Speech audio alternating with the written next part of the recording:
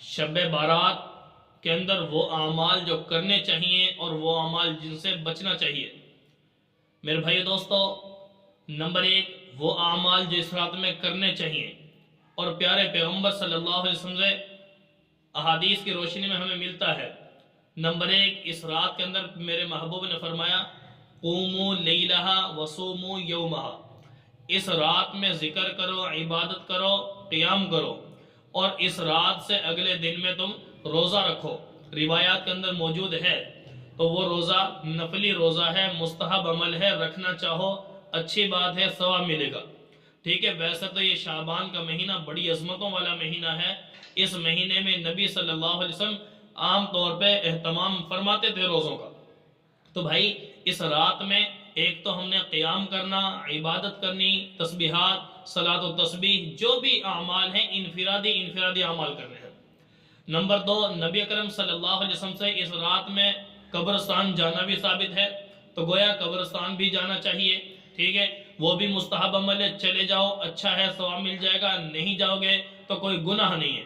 بہرحال جانا اچھا ہے۔ نبی صلی اللہ علیہ وسلم گئے ہیں جنت البقیع میں، اپنے امت کے مسلمان جتنے بھی مدفون تھے ان کے لیے دعائے مغفرت کرنے کے لیے گئے، جبکہ خود فرمایا کہ یہ وہ رات ہے، عظمتوں والی رات ہے، کہ جس میں اللہ رب العالمین آسمان دنیا پر تشریف لا کر امت کو معاف فرماتے ہیں۔ تو میں اپنے فوت شدگان کی مغفرت کے لیے گیا تھا، دعائے مغفرت کے لیے۔ تو میرے بھائی اس رات میں جانا، اپنے رب سے التجا کرنا، اے اللہ یہ میرا بھائی ہے، میرا باپ ہے، میرا دوست ہے، جو بھی رشتہ دار ہے دنیا سے چلا گیا، پوری امت مسلمہ کے لیے آپ اپنے رب سے دعا کر سکتے ہیں۔ مستحب عملیں کرنا چاہیے۔ باقی ہم نے جو اس دن صبح فجر کی نماز کے بعد جانا ہم نے قبرستان میں شروع کر دیا، بھائی وہ پیارے پیغمبر صلی اللہ علیہ وسلم سے ثابت نہیں ہے۔ جانا چاہیں جا سکتے ہیں، پر میرے محبوب سے وہ جانا، اس رات میں جو جانا ثابت ہے نا، وہ رات کے اندر جانا ثابت ہے، رات کے بعد دن میں نہیں۔ ٹھیک ہے، اور بہت سے معاملات ہیں۔ تو گویا میرے محبوب نے عبادت دی ہے، ہمیں اطاعت دی ہے، لیکن وہ اعمال آج میرے مسلمان نے کون کون سے اس میں شامل کر لیے۔ مثال کے طور پر اس کو ہم نے تہوار سمجھ لیا، بھائی یہ تہوار نہیں ہے، ہم نے اس کو تہوار بنا لیا۔ اس کے اندر کھانا پکانا، حلوے بنانا اور دیگر معاملات کرنا، رشتہ داریوں کو جمع کرنا، ایک فنکشن، دوسرا سسٹم ہم نے لمبا چوڑا ایک سسٹم بنا لیا۔ میرے بھائی یہ عبادت کی رات تھی، عبادت کی رات تھی۔ بعض مفسرین نے تو یہاں تک لکھا ہے کہ اس رات کے اندر مسلمان کے، انسان کے وہ اعمال جو آئندہ شب برات تک انسان کے ساتھ پیش آنے ہیں وہ طے کر دیے جاتے ہیں۔ کس نے جینا ہے، کس نے مرنا ہے، کس نے زندگی گزارنی ہے خوشحالی میں، کس نے زندگی گزارنی ہے تنگ دستی میں، بری موت، اچھی موت، جو کچھ گویا اگلے سال میں ہوگا نا، آئندہ ایک شب برات سے اگلی شب برات تک۔ تو میرے بھائی یہ وہ رات ہے کہ اس میں بعض مفسرین کی رائے ہے کہ وہ معاملات اس میں طے کر دیے جاتے ہیں۔ تو اگر بندہ جاگے گا، اپنے رب سے دعائیں مانگے گا، اے اللہ میرے لیے آئندہ سال میں کوئی مشکل ہے تو اے میرے رب مجھے معاف فرما دے۔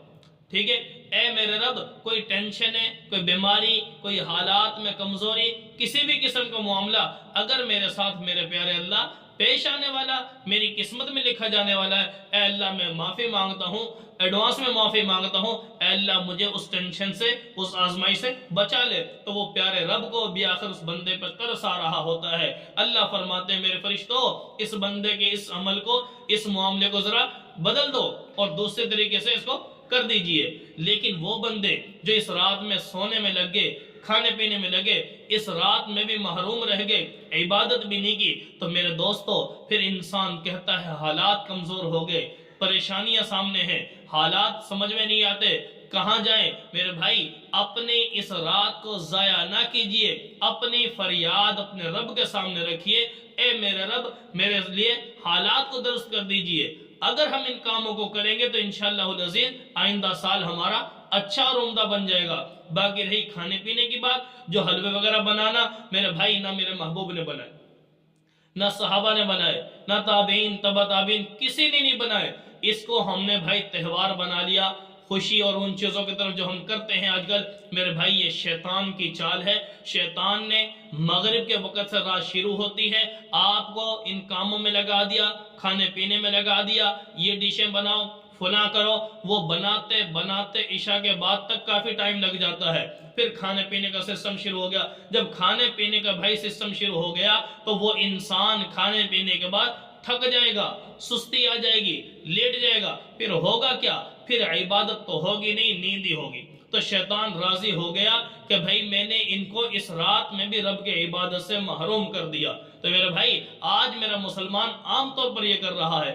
خدا را اپنے محبوب کے طریقے کو لیجئے، اپنے محبوب کی سنتوں کو لیجئے، شیطان کے طریقے سے بچیے اور ان چیزوں کو عبادت سمجھنے لگیے دنیا، اس سے میرے بھائی بچیے، اجتناب کیجئے۔ ہمارے لیے ہمارے نبی کی زندگی میں ہمارے لیے ایک نمونہ ہے، صحابہ کی زندگی نمونہ ہے، اولیاء کی زندگی نمونہ ہے، بزرگوں کی زندگی نمونہ ہے۔ اپنے رب کے حکم کو اپنے پیارے پیغمبر کی اطاعت میں گزارتے ہوئے عمل میں لائیے اور اپنی جنت کو حاصل کیجیے۔